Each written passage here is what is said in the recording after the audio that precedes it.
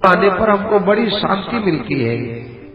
अब आपका आश्रम कितना दूर है, जहां पर जाकर के हमको रक्षा करनी है, आपके आश्रम की रक्षा करनी है, वो आश्रम यहाँ से कितना दूर है और ये आश्रम किसका है, इसके विषय में आप हमको बताइए।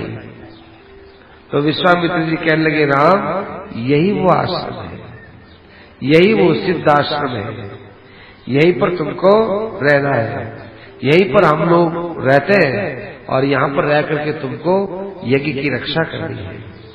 देखो ये सिद्धाश्रम भगवान विष्णु का आश्रम है। यहाँ पर एक बार भगवान विष्णु तपस्या कर रहे थे। भगवान विष्णु भी तपस्या करते हो, अकेले में बैठ के तपस्या कर रहे थे। उन दिनों में महाराज बलि का शासन था और बलि के शासन में असुरों के हाथ में शासन चला गया था। बलि राजा ने धर्म के बल पर एक असुरों में बलि ऐसा हुआ हो, प्रहलाद जी का पोता, कि जिसने धर्म के द्वारा शासन किया था। उसने देवताओं को जीत लिया था, मरुदगणों को जीत लिया था, इंद्र आदि को सबको जीत लिया था। अतएव बलि महाराज ने बहुत बड़ा यज्ञ करके शुक्राचार्य जी से बड़े बड़े शस्त्र प्राप्त कर लिए। तब देवता लोग घबरा करके भगवान विष्णु के पास आए इसी आश्रम में। यहाँ पर भगवान विष्णु बड़े शांत भाव से विराजमान। देवताओं ने आकर के कहा कि हे भगवान, आप तो स्वयं तपस्या के फल है, आप ये तपस्या तो लोक संग्रह के लिए करते हैं, माने दुनिया को तपस्या में लगाने के लिए करते हैं।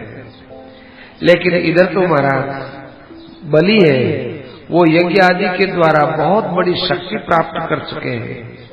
आप कोई ऐसा उपाय कीजिए कि बलि के द्वारा आप शासन लेकर के हमको दे दे। क्योंकि जहां तक बलि है वहां तक तो कोई बात नहीं, लेकिन इसके साथ के जो असुर हैं, उन असुरों के द्वारा आगे जाकर पृथ्वी पर बहुत बड़ा अनाचार अत्याचार हो सकता है। इसलिए आप बलि से ये शासन ले लीजिए। देखिए बलि को तो किसी प्रकार से कोई कष्ट होने वाला नहीं, लेकिन आप यदि ये शासन ले लेंगे तो इससे हम लोगों को और सृष्टि को बड़ा लाभ होगा। भगवान ने कहा, देवताओं बलि तो धर्मात्मा है, उससे मैं कैसे शासन लूं? देवताओं ने कहा, महाराज आप एक ब्राह्मण बन करके जाइए, वामन ब्राह्मण बन करके जाइए, और ब्राह्मण के सामने, ब्राह्मण को तो वो देने के लिए तैयार रहता ही है, आप ब्राह्मण बन करके जाकर उससे याचना कीजिए, तब उससे सारा राज्य ले लेंगे। अच्छी बात। वामन तम गतो विष्णु कुरु कल्याण उत्तम, उससे कल्याण हो जाएगा। तो मैं वामन बनूं तो किसका बेटा बनूं भाई? क्या महाराज कश्यप जी बहुत विलक्षण तपस्वी है, वो अपनी पत्नी अदिति के साथ में तपस्या करते हैं, आप भी इस समय तपस्या कर रहे हैं। कितना अच्छा सुयोग है कि आप तपस्वी तो तपस्वियों के घर जन्म लीजिए, आप अदिति के यहाँ पर जन्म ले सकते हैं, वो इस समय तपस्या कर रहे हैं। देवी सहायो भगवान दिव्यम वर्ष सहस्त्रकम, हजारों वर्षों की तपस्या के अनुष्ठान में वो बैठे। अच्छी बात है। तो मैं उनके यहाँ कैसे जन्म लूं? कहा कि महाराज अदिति के मन में एक इच्छा है, कश्यप जी के मन में भी इच्छा है कि आप हमारे बेटा बनो, तो वो आपको पुत्र बनाने की इच्छा के लिए तपस्या कर रहे हैं। आप उनके पास में जाओ, आप उनसे कहो कि कोई वरदान मांगो, तो वो आपसे आप ही को मांगेंगे, आप उनको अपने आप को दे देना, आप स्वयं उनके बेटे बन जाना। शरीरे तव पश्यामि जगत सर्वमिदं। अच्छी बात।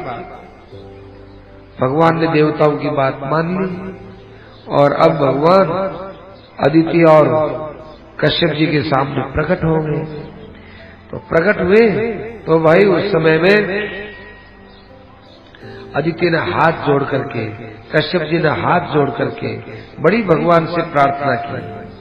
प्रार्थना करते हुए कहा कि महाराज, आप साक्षात परब्रह्म परमात्मा हैं, सारा जगत आप में है, आप अनादि हो, आप अनंत हो, आप अनिर्देश्य हो। ओहो, मैं आपकी शरण में आया हूँ, मेरी पत्नी और मैं, हम दोनों आपकी शरण में हैं। राम जी ने कहा, भगवान विष्णु ने कहा, वरम वर, वरदान मांगो, वरदान मांगो, क्योंकि तुम वरदान के योग्य हो। तो कश्यप जी ने कहा कि देखिए, सब लोगों का भला हो, इसलिए आप मेरे बेटा बनो, इससे बढ़कर और मुझे कोई दूसरा वरदान उचित मालूम नहीं देता है। मेरे मन में एक हार्दिक इच्छा है कि मेरे अदिति के जो बेटा है, देवता लोग, आप उनके भाई बनो, इंद्र के आप भाई बनो, ऐसी मेरे अंदर इच्छा है।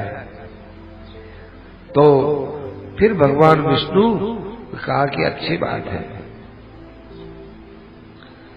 तो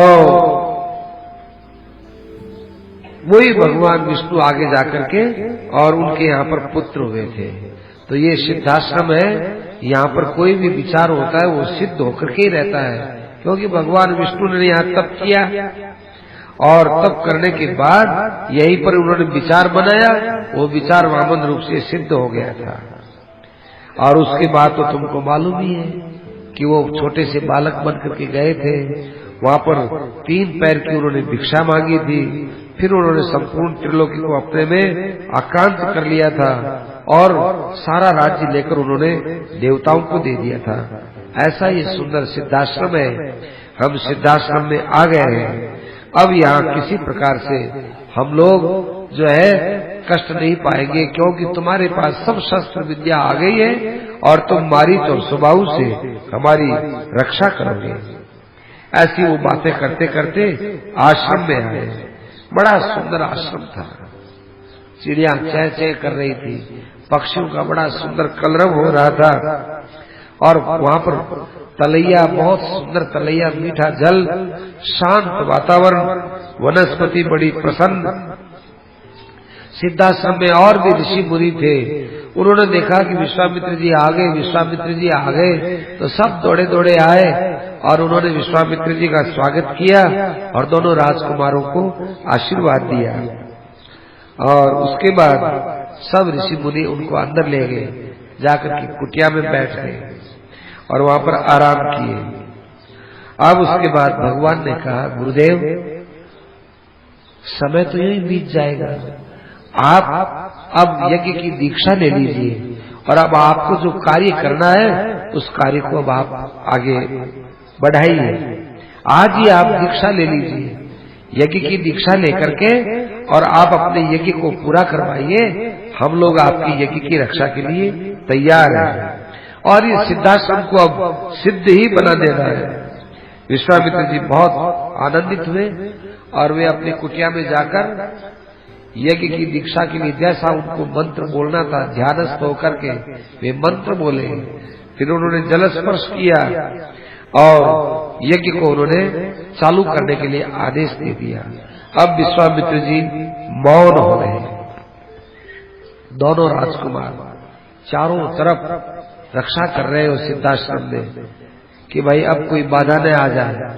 रात भर उन्होंने रक्षा की, प्रातःकाल हुआ, संध्या वगैरह की और अपने गुरुदेव को प्रणाम किया। उसके बाद जो है राजपुत्रों ने पूछा, भगवान श्रोतुम इच्छामि, हे महाराज। विश्वामित्र जी बैठे हुए थे, उनसे दोनों राजकुमारों ने पूछा। राम लक्ष्मण ने कहा कि हे गुरुदेव, हमने तो रात्रि भर आपके खूब पहरा लगाया, कोई राक्षस आया नहीं, कोई बाधा आई नहीं। कब बाधा आती है, किस समय आती है, जरा ये हमको बताइए। तो वहां पास के ऋषि मुनियों ने कहा कि हे राम, देखो विश्वामित्र जी अब 6 दिन 6 रात्रि तक बोलेंगे नहीं, ये मौन रहेंगे। मौनित्वम च गमिष्यति, मौन रहेंगे। अतः आपको जो भी बात पूछनी हो हम लोगों से आपको पूछनी होगी। राम जी महाराज बड़े प्रसन्न हुए। फिर ऋषियों ने बताया कि देखो यहाँ रात को वे लोग आते हैं और तुम रात और दिन पहरा देते रहो। एक रात बीती, 2 रात बीती, 3 बीती, 4 बीती, 5 बीती, 6 रात, 6ठी रात्रि जब बीत रही थी तब लक्ष्मण से कहा, लक्ष्मण अब तैयार हो जाओ, क्योंकि मारीच और सुबाहु यज्ञ में बाधा डाले बिना नहीं रहेंगे। क्योंकि यज्ञ को समाप्त न करने देना ये इनका लक्ष्य है। तो यज्ञ समाप्त न हो जाए और बाकी इनका काम हो जाए तो इनको भी जोर आए ऋषि मुनियों को, इसलिए अंतिम समय में ये गड़बड़ कर सकते हैं, तो सावधान रहना। तो राम जी महाराज ने ऐसी बात कही। इतने में भी भाई एक यज्ञ की वेदी थी, उसमें से आग प्रकट हुई और आग प्रकट होकर के और जो है वो वहां पर जलने लगी और आकाश की तरफ देखा तो आकाश में बड़ा नाद होने लगा, हा हा और हू ही, ऐसे वो तरह तरह की आवाजें सुनते हैं। कभी रोने की आवाज, कभी हा की आवाज, कभी हू की आवाज, कभी और आवाज, और कभी कभी आकाश से बरसात होवे और कभी गंदी चीजों की वर्षा होवे, कभी कोई राक्षस दिखाई दे, कभी छिप जाए। राम जी ने कहा, लक्ष्मण अब तैयार हो जाओ, मारीच और सुबाहु अब यहाँ देखो कभी दिखते हैं कभी छिपते हैं, यज्ञ में पूरी बाधा डालेंगे, अपने को तैयार हो जाना चाहिए। अब इधर मारीच और सुबाहु ने देखा कि देखे कौन यज्ञ की रक्षा करते हैं, माया के द्वारा उन्होंने खून वहां पर बरसाना चालू किया। राम जी महाराज ने उनको देख लिया था।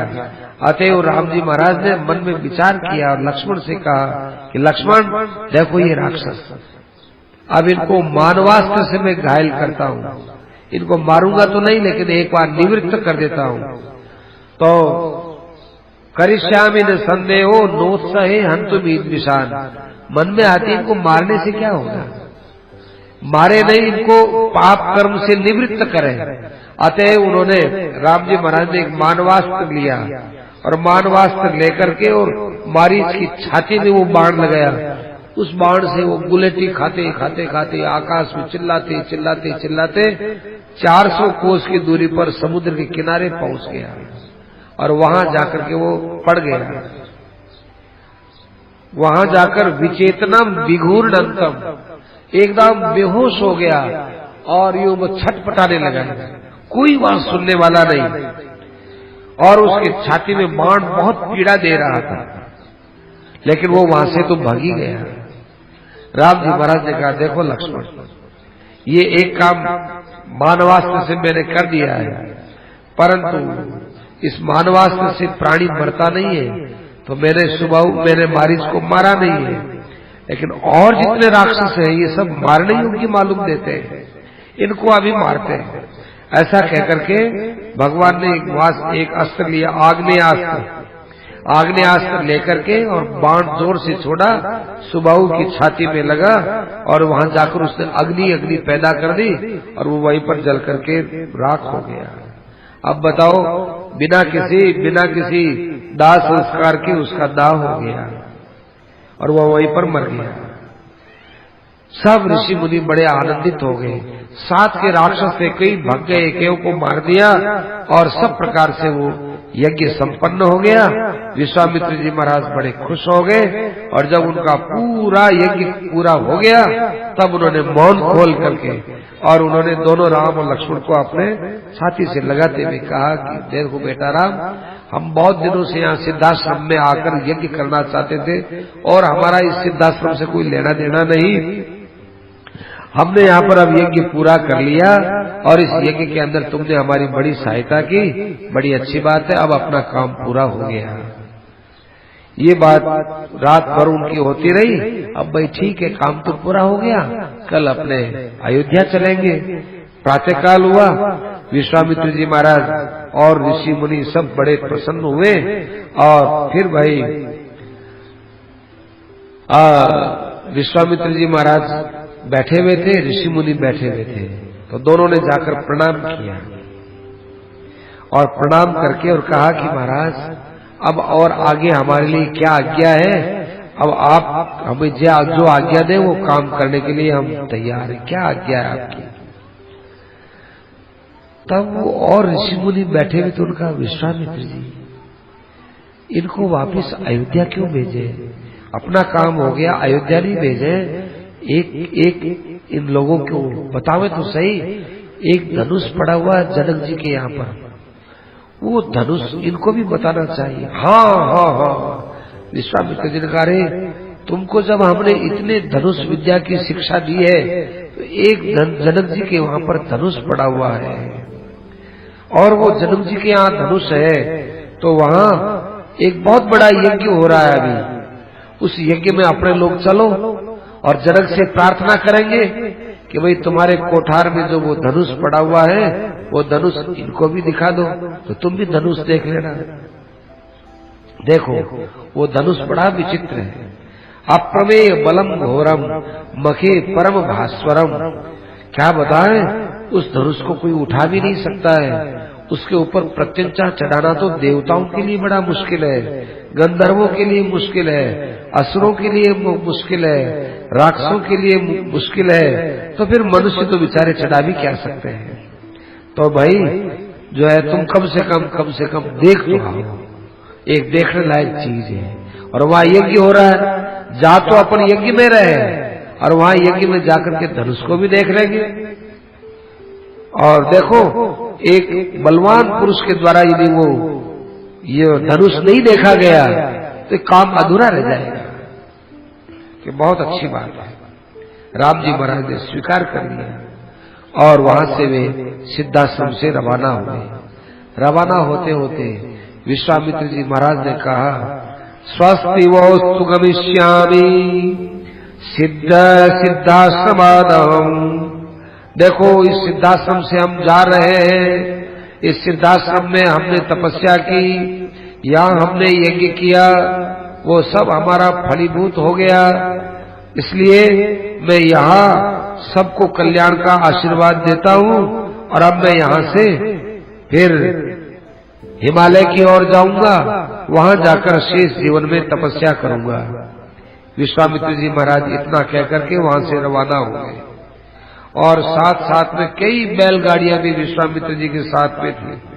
उन बैलगाड़ियों में बड़े बड़े बूढ़े बूढ़े जो संत थे, ऋषि थे, मुनि थे, भाई चलो जनक जी महाराज के यहाँ यज्ञ हो रहा है, उस यज्ञ में हम लोग चलेंगे। तो भाई सब सिद्धाश्रम वाले ऋषि मुनि साथ में हो गए और तब तक सूर्य जो है बहुत चमकने लग गए थे। फिर वहां विश्वामित्र जी महाराज राम जी को साथ में लेकर नदी के किनारे आए और वो एक देश को पार कर रहे थे। पूछा कि ये कौन सा देश है, कौन सा देश है, कहाँ चल रहे हैं? राम जी महाराज ने पूछा तो फिर उस देश के विषय में बताते हुए विश्वामित्र जी ने कहा कि देखो ब्रह्मा जी का एक बेटा था, उसका नाम था कुश। ध्यान से सुनना, बहुत अच्छी बातें आती, बहुत अच्छी बात आई। कहते हैं वो कुश था ब्रह्मा जी का बेटा, खूब धर्म को तत्व को जानने वाला था। उस कुश के 4 बेटा थे, कुशाम्बु, कुशनाग, असूरतरजस और वसु, ये 4 बेटा थे। तो कुश ने उन चारों बेटों को 4 राजधानी दे दी, 4 जगह दे दी, तुम यहाँ शासन करो, तुम यहाँ शासन करो, तुम यहाँ करो, तुम यहाँ करो, 4 उनको शासन दे दिए। तो कुशाम्बु ने जहाँ शासन किया वो कौशाम्बी कहलाई, कौशाम्बी नगरी। और असुर त्रजस ने जहाँ शासन किया वो धर्मारण्य के नाम से नगर विख्यात हुआ। और वसु ने जहाँ रहा वो गिरिव्रज के नाम से प्रसिद्ध हुआ। इसमें अनेक सुंदर सुंदर पर्वत हो जाने से इसका नाम गिरिव्रज नाम रखा। वहां पर मागधी नाम की बड़ी सुंदर नदी बहती है और बड़ी अच्छी वहां पर भूमि है और जो है बड़े श्रेष्ठ पुरुष हैं। अब मैं बताता हूं कि कुशनाग के 100 बेटियां थी। ये 100 बेटियां कैसे पैदा हुई? घृताची जो अप्सरा थी उससे पैदा हुई। अब यहां से थोड़ी बहुत सुंदर बात आएगी, शिक्षाप्रद बात हो। तो कुशनाग ने तपस्या की तो घृताची नाम की अप्सरा आई। उस अप्सरा से उसके 100 लड़कियां पैदा हुई। 100 लड़कियां बड़ी सुंदर थी, रूपवती थी और बहुत अच्छा अलंकार पहनी हुई थी, वस्त्र अच्छे पहने हुए और आभूषण भी अच्छे पहने हुए थे। अब वो 100 कन्याएं बगीचे के अंदर आपस में बोल रही थी, हंस रही थी, क्योंकि कन्याओं का अपना अलग बगीचा होता है राजाओं के यहाँ अंतःपुर में। वहां पर वो खेल रही थी और जो है आपस में बातचीत कर रही थी। और बरसात का समय था, वहां पर वे गा भी रही थी, नाच भी रही थी, आमोद प्रमोद कर रही थी। तो उनकी ऐसी शोभा हो रही थी जैसे आकाश के अंदर तारों की शोभा होती है। उन सबको देख करके वायु देवता ने एक बात कही। वायु देवता खुद वहां आ गया। वायु देवता ने कहा कि राजकुमारियों, मैं देवता हूं, तुम मेरे साथ विवाह कर लो तो तुम भी देवता हो जाओगी। ये मनुष्य के अंदर जो नियम, उपनियम, धर्म, ये यहाँ पर बहुत पालने पड़ते हैं। हमारे यहाँ देवताओं में कोई नियम नहीं, हमारे देवताओं में कोई मर्यादा नहीं, हमारे देवताओं में कोई धर्म बंधन नहीं। ये मनुष्य शरीर में तुमको बहुत बंधन देखना पड़ता है। तो मेरी तुमसे यही बात कहनी है कि मानुषस् त्यज्यताम भाव है, ये मानुष भाव का त्याग करो, मेरे साथ तुम आ जाओ, तुम मेरी पत्नियां बन जाओ, मेरे साथ तुम स्वर्ग में रहोगी, तुमको वहां पर दीर्घायु मिलेगा, दीर्घायु मिलेगी, खूब धन मिलेगा, खूब तुम्हारा उत्कर्ष होगा। और देखो, देवताओं के अंदर जो स्त्रियां होती हैं उनका यौवन सदा स्थिर रहता है और मनुष्य शरीर में रहने वाली स्त्रियों का यौवन चलायमान होता है। तो हमारे साथ में रहोगी, तुम्हारा अक्षय यौवन बना रहेगा, अक्षय धन बना रहेगा, सब प्रकार से तुमको जो है सुख सुविधा मिलती रहेगी। इस प्रकार से वायु ने उनको कहा। उस बात को सुनकर के उन कन्याओं ने जो बात कही, बहुत विचित्र बात। देवता, आप सब लोगों को जिलाने वाले हो, सबके प्राणों में आप निवास करते हो, प्राण रूप से आप ही तो हो, सबके हृदय में रहने वाले हो। हम आपके प्रभाव को जानते हैं कि आप क्या नहीं कर सकते हो, सब कुछ कर सकते हो, लेकिन आप एक कन्या वर्ग से जिसका कभी विवाह अभी हुआ नहीं है, उसको आप विवाह के लिए प्रस्ताव रखते हो, ये बात आपकी उचित नहीं है। यदि हमारे साथ आपको विवाह करना है तो आपको जाकर हमारे पिता से बात करनी चाहिए। हम कन्या हैं, हमारा पालन पोषण हमारे माता पिता ने किया है। माता पिता हम लोगों का दान करके बहुत बड़ा धर्म कमाने वाले हैं। क्या हम हमारे माता पिता को धर्म से वंचित करके हमारी मर्जी से, चूंकि आप बहुत बड़े देवता हो, चूंकि आपके पास बड़ा धन है, चूंकि आपके पास बड़ी शक्ति है, चूंकि आपके पास में बड़ा यौवन, ऐश्वर्य, सब कुछ है, केवल उतने में आकर हमारे धर्मात्मा माता पिता को छोड़ करें और उनसे बिना पूछे हम तुमसे विवाह कर लें, ये बिल्कुल अनुचित बात है। स्थानाच्चावयितुम देवं रक्षामस्तु तपोवयम्। देखो, आप चाहे कुछ भी कहो, हम हमारे पिता की तपस्या की रक्षा करना चाहते हैं। ऐसा दिन कभी नहीं आना चाहिए किसी भी कन्या के लिए।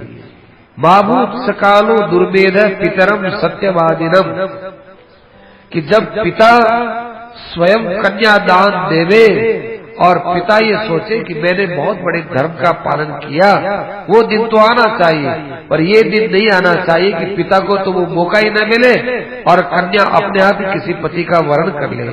यदि वो दिन आएगा तो फिर पिता कब धर्म करेंगे। अवमान्य स्वधर्मेण स्वयं वरम उपासना है, बहुत अपमान का वो दिन होगा। हम स्वयं वर करेंगे, अपने आप ही अपने पति को जो है स्वीकार कर लेंगे। देखिए, पिता ही प्रभु अस्माकं, हमारे पिता हमारे स्वामी है, हमारे लिए परम देवता है। वो जिनके हाथ में देंगे, चाहे वो कितना ही गया गुजरा आदमी हो, चाहे वो कैसा भी हो, कंगला हो, मंगता हो, कैसा भी हो, पिता जिसको दे देंगे उसके पास में हम जाएंगे और वही हमारा स्वामी होगा, वही हमारा पति होगा। आप हमारे सुंदर यौवन पर मुग्ध होकर आप ऐसी अटपटी बात करते हो, आपके मुंह से बात अच्छी नहीं लगती। ये बात सुनकर के वायु देवता को बड़ा क्रोध आया। अच्छा, तुम पिता के बड़े भक्त बनना चाहती हो, तो अब देखो तुमने हमारी बात को मना किया, तो हम देखो तुम्हारे साथ क्या करते हैं। सोच लो, हमने तुमको समय दिया है, नहीं तो हम तुमको जीने नहीं देंगे, हम तुम्हारा जीना भारी कर देंगे। कुछ भी कर दिया, मर जाएंगे, इससे ज्यादा क्या होगा। कह नहीं, हम मारेंगे भी नहीं, लेकिन आपका जीना दुष्कर कर देंगे। कर दीजिए, हम हमारे पिता को धर्म से गिरने नहीं देंगे। वायु देवता भीतर में तो एक बार डर गया कि देखो इन कन्याओं के पास में कैसी शक्ति है। पर वायु देवता ने एक काम किया, वायु देवता ने उनके शरीर को एकदम टेढ़ा मेढ़ा बना दिया और उनके शरीर को कुबड़ा बना दिया। सब बेचारी टेढ़ी मेढ़ी होगी एक क्षण में। वायु देवता ने कहा, क्यों तुम ऐसे सुंदर रूप के ऊपर घमंड करती थी ना, अब देख लो तुम्हारा रूप। कोई बात नहीं, कन्या का बाहर का रूप मत देखो वायु देवता, भीतर का रूप देखो। हमारा भीतर का रूप यही है कि जहां पिता देंगे वहां हम जाएंगे। अब पिता किसको देंगे भाई, और कौन तुमको स्वीकार करेगा। कोई बात नहीं स्वीकार करेंगे तो हम ऐसी इस अवस्था में पड़े रहेंगे। अब वे कन्या बिचारी फिर अपने बगीचे से पिताजी के पास में गए। पिताजी ने कहा, किमिदम, क्या होगा बेटियों, तुम्हारे साथ ये क्या हुआ, किसने किया, तुम्हारी ये दशा कैसे हो गई। तब उन्होंने सारी बात बताई। सारी बात बता करके कहा कि ये वायु देवता हमारे रूप के ऊपर मोहित हो गया और मोहित होकर वो हमसे विवाह करना चाहता था। वो विवाह भी नहीं, वो हमको सीधा ही स्वर्ग में ले जाना चाहता था। लेकिन हम इस अशुभ मार्ग को छोड़ करके, हम अशुभ मार्ग को छोड़ दिए, हम इस धर्म के मार्ग को छोड़ नहीं सकते थे। हमने उनसे कहा कि देखो वायु देवता, हम पराधी नहीं, हमारे पिता जिनको हमें देंगे हम उनके हाथ में जाएंगे। यदि हम आपको ज्यादा पसंद आई है तो आप हमारे पिता के मन को प्रसन्न कर दीजिए, लेकिन आप हमसे पाप मत करवाइए।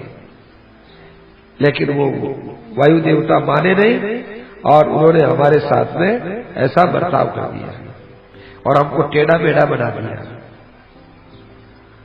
अब राजा ने कहा सोच करके, बेटा जो अपने प्रति कोई खराब व्यवहार करता है उसके प्रति क्षमा का भाव रखो।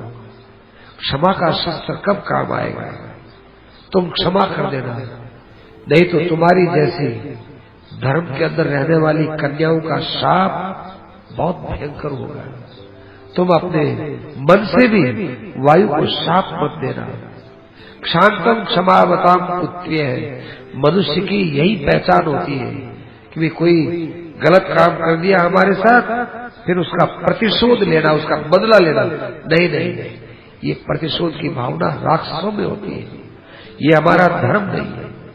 स्त्रियों की जो खास अलंकार है, शोभा है, वो क्षमा करने में है।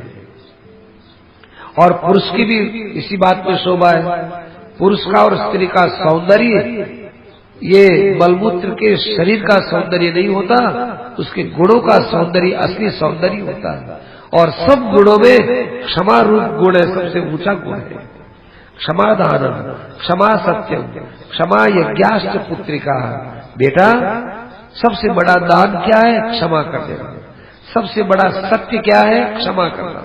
सबसे बड़ा यज्ञ क्या है, क्षमा कर देना। सबसे बड़ा धर्म क्या है, यश क्या है, क्षमा कर देना। ये क्षमा के अंदर सारा संसार टिका हुआ है बेटियों। आज यदि भगवान क्षमा न करते तो ये संसार में प्राणी अपने कर्मों के अनुसार तो कभी भी वो सुख पा ही नहीं सकता था। लेकिन भगवान सबके ऊपर क्षमा रखते हैं, ये क्षमा भगवान का गुण है। तुम जाओ, अब आगे का काम मैं देखूं, मेरा काम देखे। सबको विसर्जित कर दिया। विसर्जित करने के बाद अब एक बार की बात है, इधर क्या हुआ, राजा के मन में थोड़ी चिंता हुई कि मेरी बेटी को कौन स्वीकार करेगा। शरीर से टेढ़ी मेढ़ी हो गई, पैर से भी टेढ़ी हो गई, हाथों से भी टेढ़ी हो गई, और गर्दन से भी टेढ़ी हो गई, छाती से भी टेढ़ी हो गई। कौन इनको स्वीकार करेगा। मन में विचार किया, अब जो होना है सो होगा, वो तो क्या करें, लेकिन धर्म इन्होंने नहीं छोड़ा है तो धर्म हमको भी नहीं छोड़ना है। राजा कुशनाग धर्म के ऊपर रहा। उन दिनों में बात है, एक चूली नाम का ऋषि था, बड़ा ऊर्ध्व रहता था। उसने तपस्या की। तपस्या में सोमदा नाम की एक अप्सरा थी, वो सेवा में आए। ध्यान देना, वो सेवा में